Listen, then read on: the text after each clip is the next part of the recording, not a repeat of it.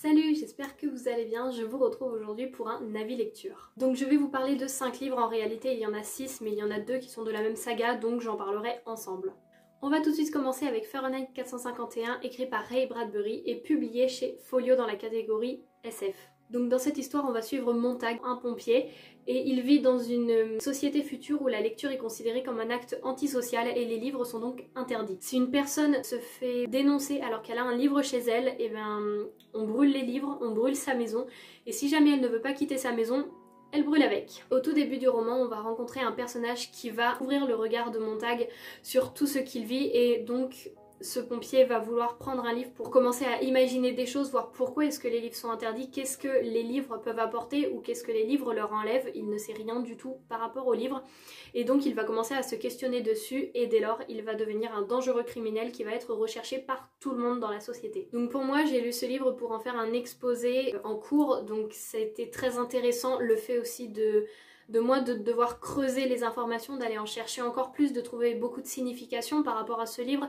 Et je pense que c'est aussi ça, le fait que j'ai été plus loin dans l'histoire, plus loin dans les significations, pardon, que j'ai beaucoup accroché à cette histoire. Comme je vous disais, c'est vraiment très intéressant. J'ai beaucoup aimé suivre l'histoire du point de vue de Montag, puisque au fur et à mesure on va suivre l'évolution de son caractère, de ses pensées et de son point de vue tout simplement. L'histoire est vraiment très bien construite, la plume est fluide, le texte est facile à suivre, il n'y a pas de mots compliqués, de mots redondants et même si c'est un peu un classique de la science-fiction, il a été écrit il y a un moment et il y a eu des adaptations dessus.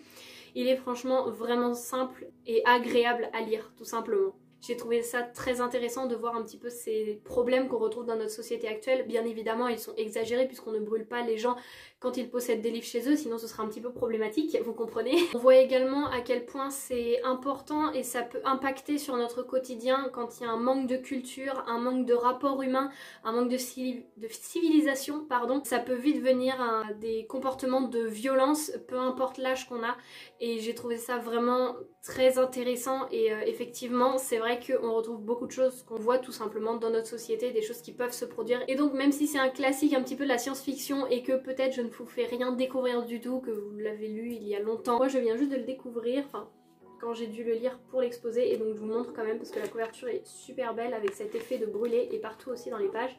Donc je peux vous dire que si vous ne l'avez pas encore lu, il est vraiment très intéressant. Et puis il est pas long, pardon, il fait 230 pages, donc c'est super. Ensuite on va continuer en changeant de genre puisque là on passe sur de la romance, donc il s'agit de All This Time de Nikki Doctry et Rachel, je crois que ça se prononce comme ça, Lippincott aux éditions Albin Michel. Donc ce sont les deux autrices qui ont écrit, enfin je crois qu'il y en avait 3, 5 Feet Apart que j'ai lu, ça a été mon dernier livre de 2020. Donc je vais pas vous faire un grand résumé puisque pour vous montrer, voilà le résumé qu'on a. C'est peut-on trouver l'amour quand on a tout perdu, une nouvelle histoire d'amour bouleversante. Et je peux vous dire que cette histoire est assez bouleversante, ça correspond au résumé. Donc pour ce livre, je l'ai vraiment trouvée très touchante. J'ai très vite été emportée, que ce soit par les personnages, par la plume, la fluidité de l'écriture ou alors par l'histoire.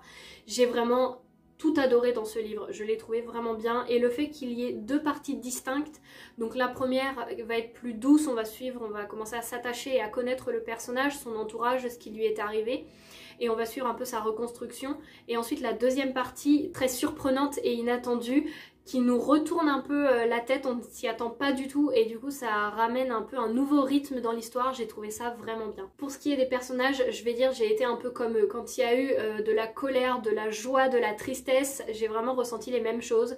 J'ai pleuré devant ce livre, j'ai rigolé, enfin j'ai vraiment adoré, j'ai été à fond dans ma lecture et je trouve, c'est écrit quand même assez gros et ça se lit très rapidement et c'est vraiment super à suivre. Après on va également y traiter de sujets importants tels que le deuil, la reconstruction de soi, la douleur physique mais également la douleur morale, et tout ça j'ai trouvé ça vraiment très bien abordé, très bien expliqué et on était vraiment à fond puisque on vivait avec le personnage. J'ai beaucoup aimé le fait qu'on suive toute son évolution et le fil de ses pensées. Je ne peux que vous recommander ce livre puisque ça a vraiment été une lecture très touchante pour moi. Je ne lis pas beaucoup de romances mais j'aime bien ce genre de romance là et je peux que vous la recommander.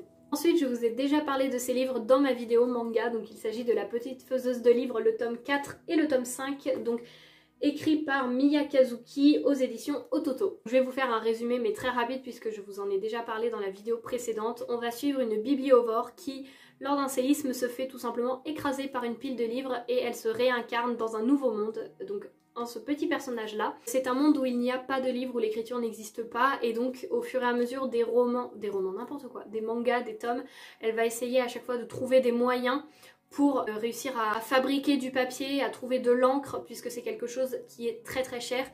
Et en plus, elle ne peut pas aller chercher facilement tous les matériaux puisqu'elle a un corps qui est très fragile et elle tombe très souvent malade. Donc mon avis va être également très rapide puisque comme c'est une suite, j'aime toujours autant ce manga, je le trouve vraiment très mignon.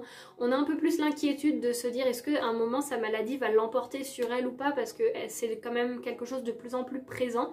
Mais à part ça, je peux vous dire que c'est vraiment tout mignon, j'adore vraiment tous les personnages et je ne peux que vous recommander cette saga. Et j'ai oublié, je suis désolée, mais je vais vous montrer quelques dessins. Pour le 4e livre, il s'agit d'une réécriture de conte, donc Il était un rêve de Liz Braswell aux éditions Hachette Heroes. Donc c'est le Twisted Tale de La Belle au bois dormant. Et là c'est Et si la Belle au bois dormant ne s'était jamais réveillée. Avant de lire ce livre, j'avais regardé plusieurs avis et j'avais discuté avec plusieurs personnes puisque j'ai lu pas mal de livres de cette collection.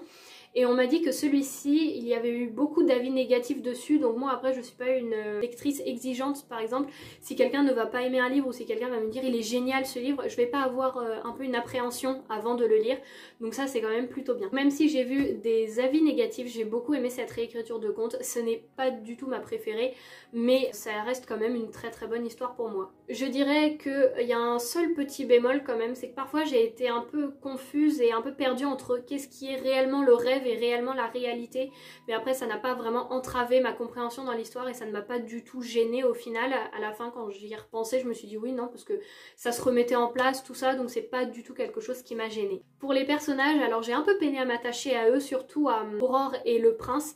Je sais pas, j'avais cette chose que j'aimais les suivre, mais je me dis si jamais il leur arrive quelque chose, bah voilà, je sais pas trop quoi en penser. Après je les ai quand même appréciés, et puis bon bah c'est dans les Twisted Tales, c'est une fin un peu qui se finit tout le temps bien, mais j'adore suivre l'histoire et me demander comment est-ce qu'ils vont faire pour parvenir à cette fin un peu heureuse et comment est-ce que ça va se terminer finalement, comment est-ce qu'ils vont se reconstruire un petit peu, à partir de quelle base et qu'est-ce qui s'est passé avant. Pour le personnage de Maléfique, alors je l'ai beaucoup apprécié, et puis bon, même si c'est une méchante, mais j'ai beaucoup apprécié. J'aurais juste aimé quand même qu'elle soit un petit peu plus présente, mais même si elle était très très présente, je sais pas, c'est comme s'il me manquait un peu de ce personnage. Et voilà, c'est peut-être parce que j'ai regardé les films sur Maléfique où on suit vraiment l'histoire de son point de vue à elle et non pas le film Disney, donc c'est peut-être ça qui a fait qu'elle me manquait un petit peu dans l'histoire, mais après ça ne m'a pas gênée plus que ça. Sinon pour l'histoire en elle-même, je l'ai trouvée très bien construite, j'ai beaucoup aimé ce qui s'y passait, les événements, comment est-ce que à chaque fois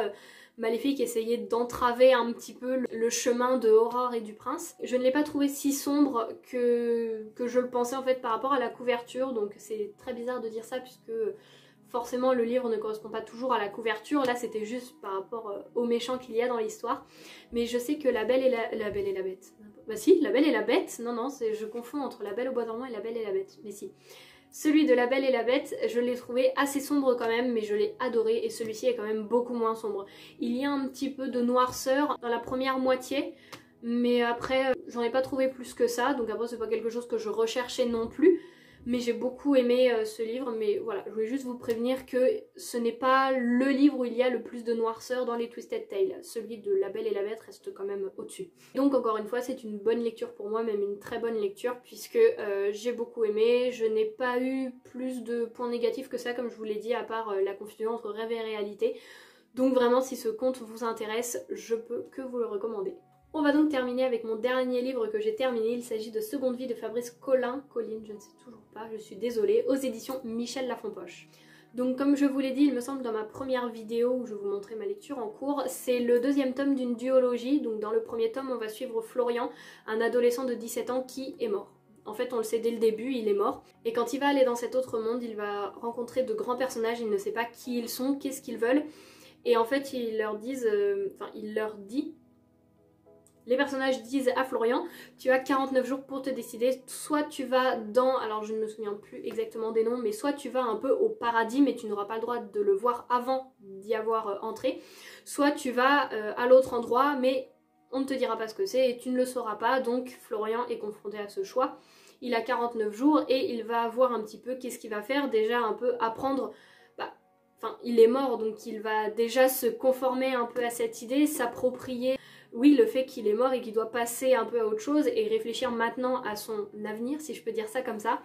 Et je l'ai trouvé vraiment très bien ce livre, le fait que la mort soit abordée sous cet angle-là et non plus comme un truc, comme quelque chose d'assez tragique en fait, je l'ai trouvé vraiment bien. Et donc dans ce second tome, alors c'est pas du tout le même rythme, puisque là on va suivre une autre protagoniste. Forcément les deux personnages ont un lien entre entre Florian et Reine, qui est la protagoniste de ce tome-là.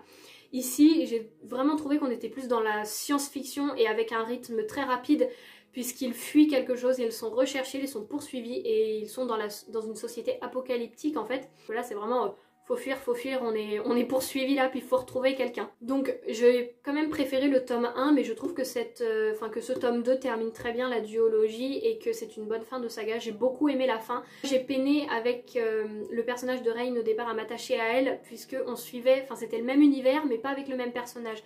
Donc ça m'a un petit peu perturbée au début, mais après je l'ai beaucoup appréciée et je me suis vraiment attachée à elle. Le seul petit point négatif, je pense que je peux dire là-dessus, c'est que dans le résumé, on va nous dire qu'elle va devoir choisir entre deux personnages qui est Florian en fait. Puisque après des choix, etc., on va savoir plusieurs choses, dont évidemment je ne vais pas vous en parler.